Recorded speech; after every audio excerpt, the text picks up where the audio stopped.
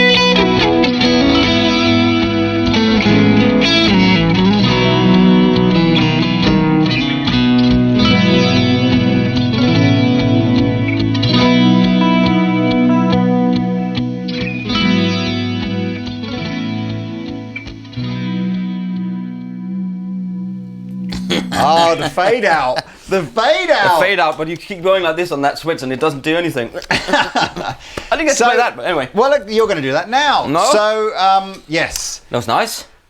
Each of these guitars here costs somewhere around about the sort of £350 to £400 mark. And I think in years gone by, definitely Pacifica and Squier Classic Vibe, we've absolutely loved. Throne. And we have always suggested that either it's a sort of a slightly luxury kind of starter guitar, or it's a real obvious choice for someone that's building up maybe a small guitar collection. You know, maybe you've got your first starter pack guitar and you just want a second one or a third one or something like that. Now, everyone's heard of Squier. It's kind of like the baby brother of Fender. In fact, in years gone by, it's maybe even developed its own, maybe it's the not so baby brother of Fender anymore. Yeah. Pacifica by Yamaha, again, another household name. But I think our favourite kind of new entrant into the guitar market of the last 4 or 5 years has been the Sire brand, which many of you won't be familiar with. It's certainly not a household name like these, but maybe you're familiar with... For bass players, it's much more. You might be familiar with some names like Marcus Miller, who's the guy that sort of endorses all of the bass line, or Larry Carlton, another unbelievably successful guitar player, famous guitar player, who endorses all of the electric guitar line. So I think, Pete, Yes. what would be cool Yeah. is if we try and put these guitars through some sort of objective...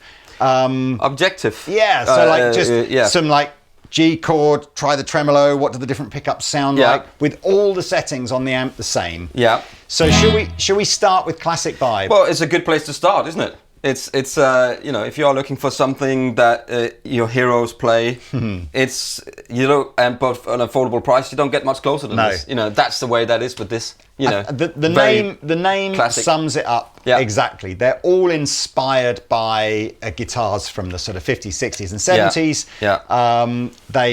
It's a huge range. Classic Vibe will be the biggest range of this. You'll have Strats with the darker fretboard. You'll have Strats with the maple fretboard. You'll have different different shapes of Telecaster, Jazzmaster, Jaguar, all that kind of stuff. All the stuff that you see in the Fender catalogue, they will make in Squier. Loads of different colours. Yeah. Plus more, actually.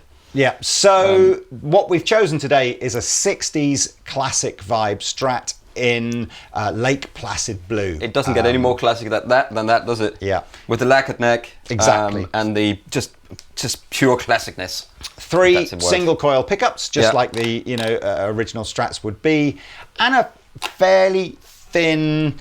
I don't want to say modern, but it's not a vintage feeling neck. It's a sort of a fairly modern feeling neck. Yeah, it's easy for a beginner to start with this. It's a good place to start. Yeah. How many frets we got? 21 frets.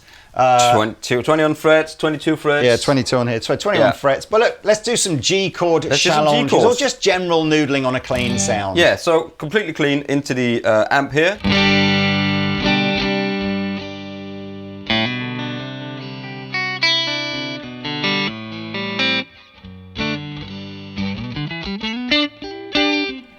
It's just got that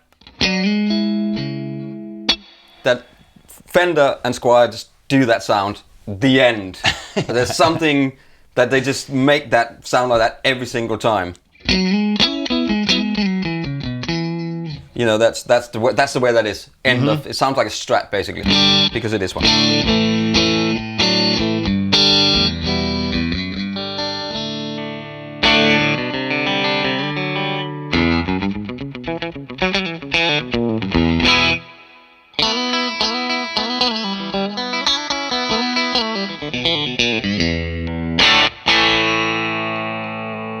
Yeah, so we'll do the trem. It's a very vintage trem. Yeah, it is very vintage. So I mean, it just sounds like a Strat. It's got classic sound. If you're looking for that on a budget, this is really difficult to beat. You know, if that's what you want. Let's move.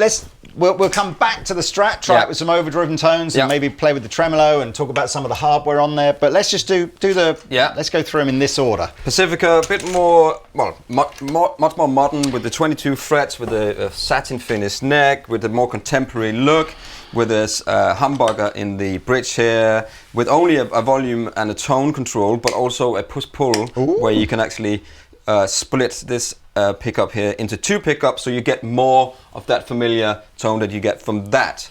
But again, you know, contemporary cuts here, a bit more of a contemporary shape, I think. The original Pacifica 112, this is which 212, I think came out, in the, might have even been late 80s, but early 90s. I certainly remember it pretty much all through my whole time at Andertons. Yeah. Really set the bar, 30 years ago for, what was a bit of a minefield for beginners of just like a lot of rubbish out there. And then Pacifica came along and went, this isn't rubbish. And over the last 25, 30 years, it's forced every other manufacturer in that sort of lower end to sort of go, crikey, if we can't do at least as good as Pacifica, what are we doing here, Yeah, exactly. So thank you very much, Yamaha. Yeah, for doing that. But that's, doing that. But let's just little things like a matching headstock to the body, a little cavity cover here for your truss rods. And just the look of it and the feel of it. It's not as rolled. It's a bit more square. I think maybe Yamaha. Maybe it's time to sort of revisit a little bit, in my opinion. You mean the back of the neck has got a slightly square feel? No, the whole thing is the fretboard here, and it's not rolled edges. We get to when we talk about this, but it's got a satin finish. It's nice, but maybe the laurel has been rested on for a little while now. I should say, so we've chosen the Pacifica 212, which is the one that sits more in a similar price bracket to these two. You can go down in the Pacifica range, you can go up in the Pacifica range. To be fair, you can go down in the Squier range, you can go up in the Squier range. Yeah. In the did I say Squier or Sire? You say Squier. I said Squier, did I? Squier. I realise there's literally only a Q difference between these two brand names. Hello, Squier. Sire only goes up. So S3 is the most affordable Sire guitar. Anyway, let's have some tones from this. So I'll just noodle through. Take my tune off.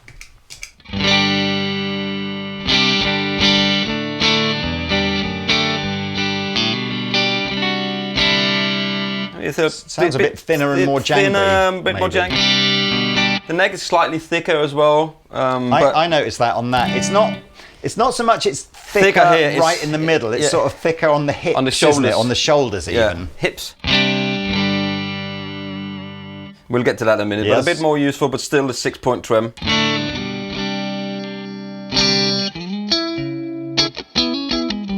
It does it, but it doesn't do Squier/Fender. It just doesn't. And it sounds so thinner, weird, man. Yeah. It's so weird.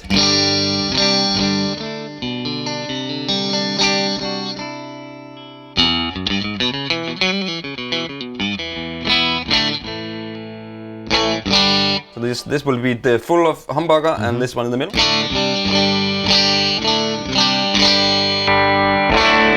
Wow. There you got the power and that contemporary, pushing of the amp thing,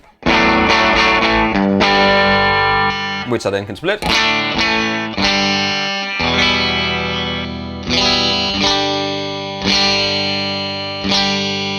So it's only split in on that the position. Back, okay. I see.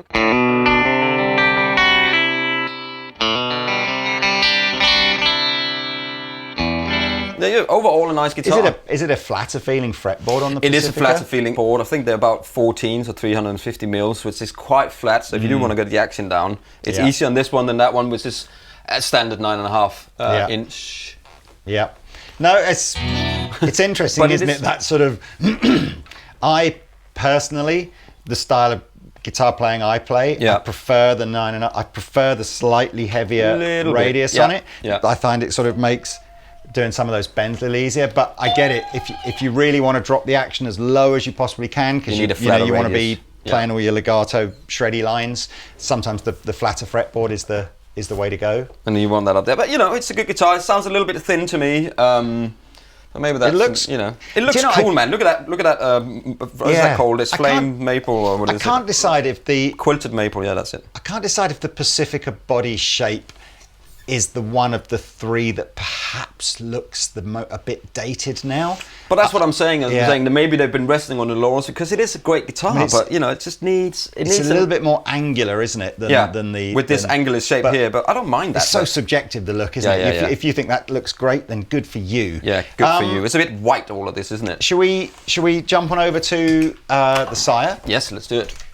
Yeah. So this one is definitely just getting my hands around. It's definitely got a much rounder edge. They got this thing called edgeless. They've trademarked that, I believe. Yeah, it's a Sire thing, isn't it? Just in case you're wondering, there is this sense that, really old, worn-in old guitars, the sort of the slightly sharper sort of edge, and I'm not talking about frets now, I'm talking about the actual edge of the fingerboard, kind of just wears away over time. And then lots of modern brands now sort of reproduce that by doing what's called a rolled edge on the fretboard. And it just means when you grip it like that, your thumb and the sort of, this ridge across your fingers here just goes, it's better for somebody with soft hands like you, Lee, who hasn't done proper day's work in his life. Definitely, but I don't mind it. You can get used to a lot of things. Neck again, it's a satin finish neck, so much more like this one. That one's got a lacquered neck, so that's a it's a preference. That's a preference, yeah. Rosewood board on this, right? Yeah, rosewood. Actually, do you know what? We'll have to. Laurel on that this is definitely laurel. I'm not sure. I'm not sure about this one, but this is rosewood. We'll ping it up on screen now. Yeah, let's do that. And again, slightly more contemporary, but I like the lacquered headstock here. It's got the same pickup configuration as this one, but now with a 2-point trem, so it's much smoother, slightly flowing off the body, so you can go back and forth. Volume, tone, 5-way selector switch. Slightly contemporary cast. I like that it's sort of traditional on the front, contemporary on the back. A bit like me. So here's a G chord. Much fuller tone already.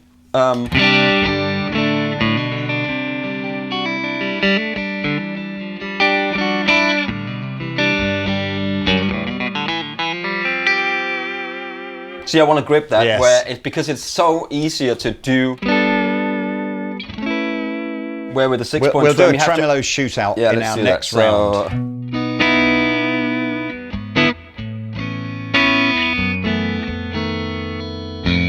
And here comes this John Mayer position. And they are closer to... I would say it's the fattest of This is the fattest of the three, but as we said before, I mean, the pickups Sire do, their own proprietary pickups, are great.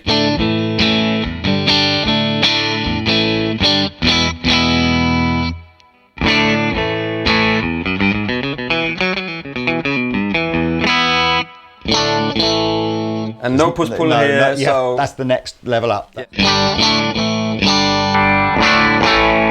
Very balanced set of pickups here. It's not like when I went to this one, we all went, whoa! Low, low, high, isn't it? Yeah, where this one...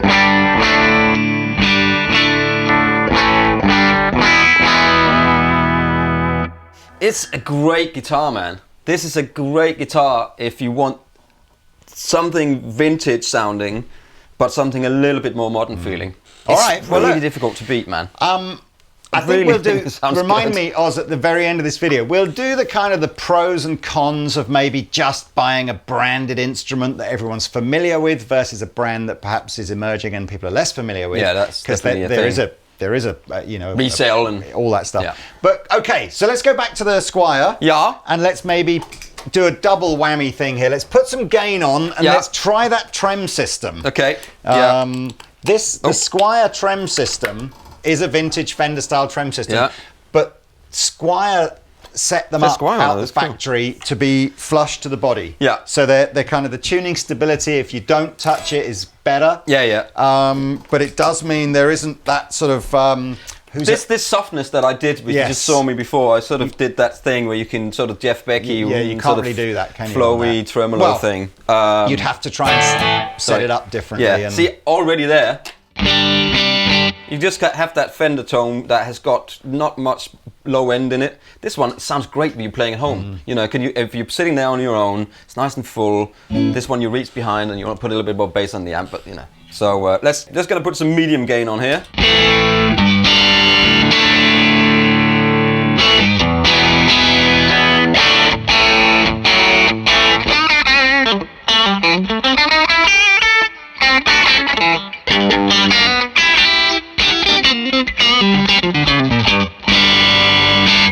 Okay, a little bit of heavy gain here.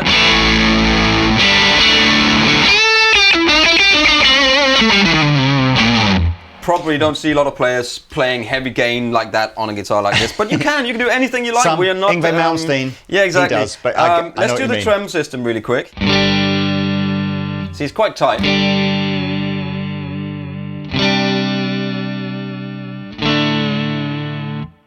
I think it's weird, isn't it? So you've got, players like, so lots of guitars don't have trem systems on in the first place. Yeah. So when if you do decide to just leave the guitar how it's set up, it's fine. It's not like you're missing out on stuff.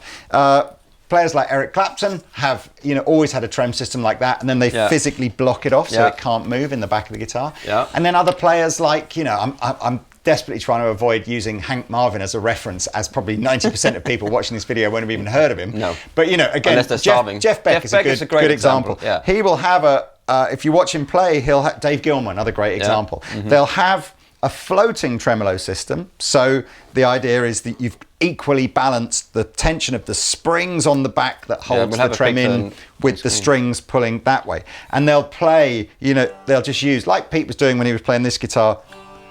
Yeah, it becomes a part of it's much more of a integrated part of the guitar that you can use for something where... So you can't do that when it's set like that. You can, but it's not really... It's just set to be... It's set. Some people will set this anyway, like John Mayer will set it to be like that with 5 strings in the back. Stevie Ray, I think he did the same thing for the tension, but But there we go, so there we go. Not too bad, but you can do that. I mean, this is straight out of the box. Could we just hear straight? How out of tune is that now? Let me just... Yeah. See that... I think that is, you know, we've got to be fair and honest about that. You know, this style of trem on that style of guitar isn't great. You know, I think that's probably why from the factory they do set them back on the body of the guitar, and then that way it does stay in tune fine.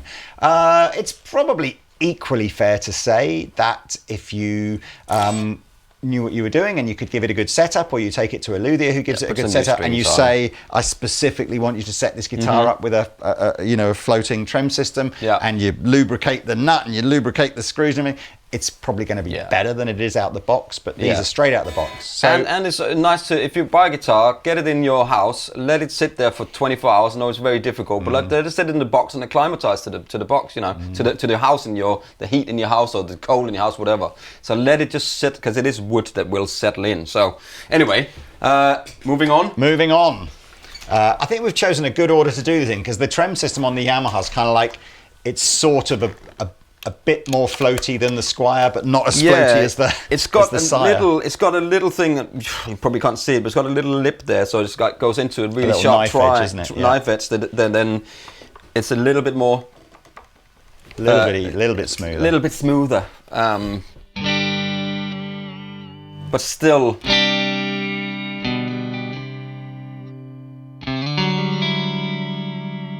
Still not, you know. I'm having to press kind of. What about its control dive bomby thing? Are you going to do gain first? Yeah, let's do gain first. So.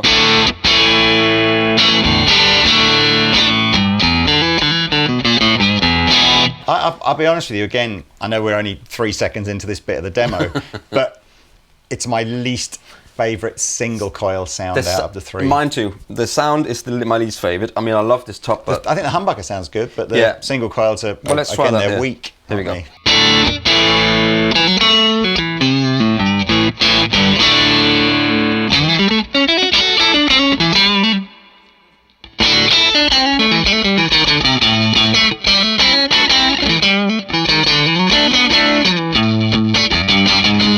try this humbucker. See, that sounds fine. Fine, mid-rangey. But I said slightly out of place with the rest of the sound of the rest of this pickup sound here. It's just like it's great, and then I don't know. It's weird, that, isn't it? Yeah, let's do a bit higher.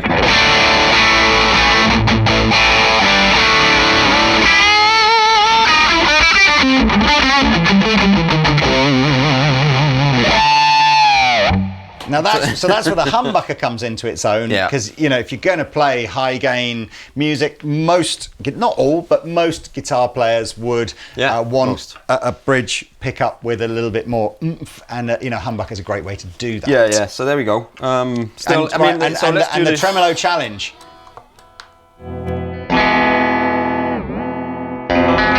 Well, that wasn't good, was it? But again, it's out of the box, man. You know, you have to stretch the strings out. And that is how everyone is going to receive one of these guitars. Exactly. They're all going to be out of the box. Exactly. Okay. Right. Okay. So on to this with a bit of gain.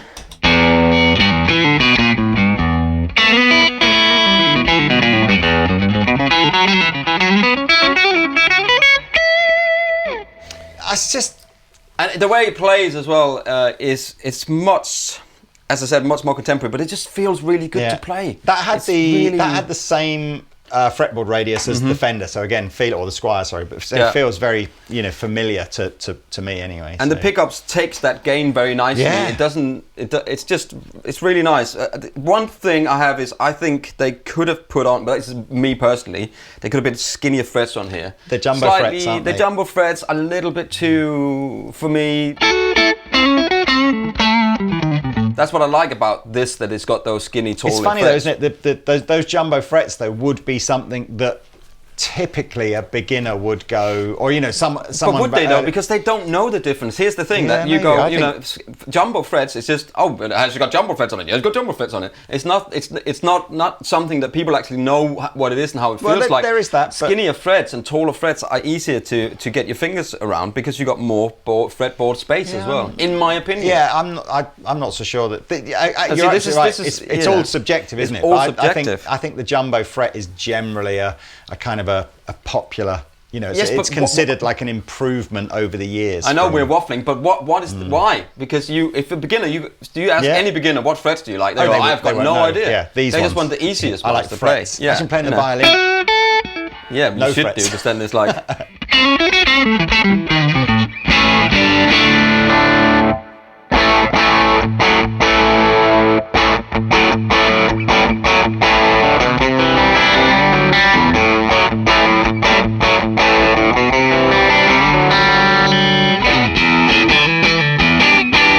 Bit more gain.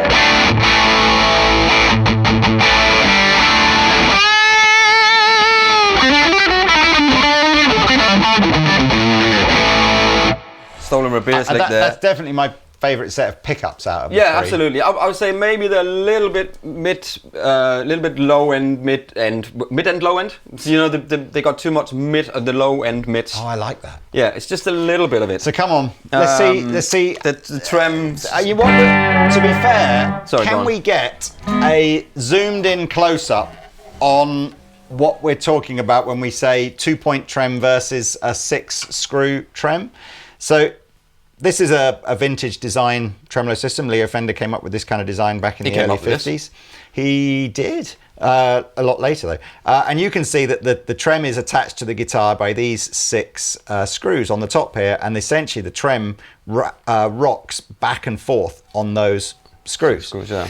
In the late 70s, early 80s, this idea of the dual fulcrum trem, and some people say Leo Fender did design this with G&L, but I think you had people like Floyd Rose and stuff like that doing similar things. I'm probably this comment section will tell us. But what's happening now is these posts are fixed into the body of the guitar, and then the trem, essentially the force of the strings pulling the trem system forward locks them in to these 2 pivot posts. And there's just a lot less friction on the way that the trem sort of pivots. Yeah. So it's like you get that lovely smooth. It's like a little hourglass that goes like that, and then it sits in here with a little.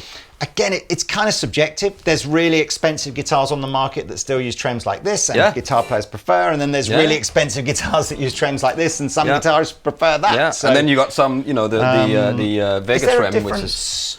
Yeah, do you know what? There's a difference on the saddles as well. Yeah, so vintage saddles, modern saddles. No, these are modern saddles as well. Okay. So you've right. So this is a mixture. Yeah, what happened again on the original saddle, it was basically a sort of about 1 millimeter thick piece of steel that's bent into the shape of, to make the bridge saddle here. People, again, started messing with this idea of bigger, sort of higher mass blocks to make the saddles. Again, it changes the tone slightly. So that's what's on the Sire. And actually, as Pete said, this is almost like a hybrid trem system of a vintage mounting style, but with modern saddles on it. Anyway, we digress. We digress. Let's do the tremolo.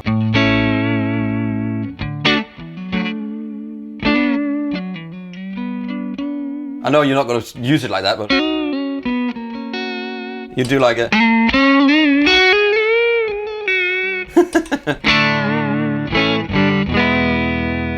Definitely much smoother. Going for your Jeff Beck licks there. It's definitely much smoother. Dive bomb it and let's see how bad. Yeah, much better than that, but you know.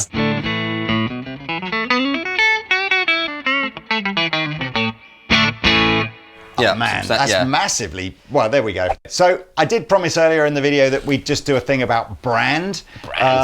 So Squier and Yamaha, massive brands, borderline household names. Yeah. Sire, absolutely not in that category yet. Nope. And I guess the big thing about buying a branded instrument will just be the resale value. I don't think there's anything to worry too much about in terms of like warranty support. There isn't really anything on any one of these guitars that a decent tech couldn't fix. But yes, resale value, you would typically expect, I would have thought the Squier probably is likely to have the highest resale value as a percentage. I mean, they're not expensive instruments to begin with, so it's difficult to go, I want the same amount of pay for you might get, you might get 60-70% of its used value. Yamaha maybe 50-60%, something like that. with a less well-known brand like Sire, you have to accept that its resale value could be as low as, I don't know, might only be 30 or 40% of what you paid for it. Might not want to sell it. But yeah, I guess on the day of buying it, hopefully a massive consideration is not what's it worth when I sell it. Hopefully you're going to have a few years of enjoying it first. But there you are. So look, links below to all three of these guitars. Just to sum up again, you've got the widest selection of colours and models in Classic Vibe, including, I should say, if you like everything about this guitar except the fact that there isn't a back humbucker, there is a variant of Classic Vibe called the 1970s Classic Vibe Strat, which comes in a couple of different colours, which does have a humbucker at the bridge. Pacifica, as I said, lots of different colours. You've got, you don't have to have these like flame and quilt tops on them. They do solid colours as well. And again, it's the Pacifica range, the big range. You can go down, up in the price, whatever you want to do. Up and down all day long. Sire, I think there are 6 colours. Yeah, there's like a pink and I'm sure we'll have put them on screen at different times. Yeah, it's good. Lots of good stuff. The S3, which is what this is a much, the whole Sire catalogue, the electric guitar catalogue, is much smaller. So the only other guitar in the S series is the S7, which is the sort of it's like £500-600. So it's just more. More. And left-handers are available in all of them. I think, don't shoot me if I'm wrong, I think Sire do a few different colours in the left-handed. I know Classic Vibe, and I can't speak for Pacific, I'll have to check the website. It's always get a lot of upset left-handed players because they don't do many colours in left-handed on the Squier. Do what Jimmy did. Can do, yeah. Play it the other way around. That way. Yeah. Or do what Kiko did. Just learn right-handed. Yeah, Kiko that's Loureiro, probably the best. He's the left-handed guitar player, plays right-handed. Rabear's the same. Yeah, and do you know what he said to me? He said, you don't find any other instruments where they make a left-handed one. It's like, you can't buy a left-handed piano or a left-handed trumpet. You just have to learn. So I was like, whoa. Hang on, don't go there. Let's end this video. Left-handed comment section on fire. Now, right, that's it.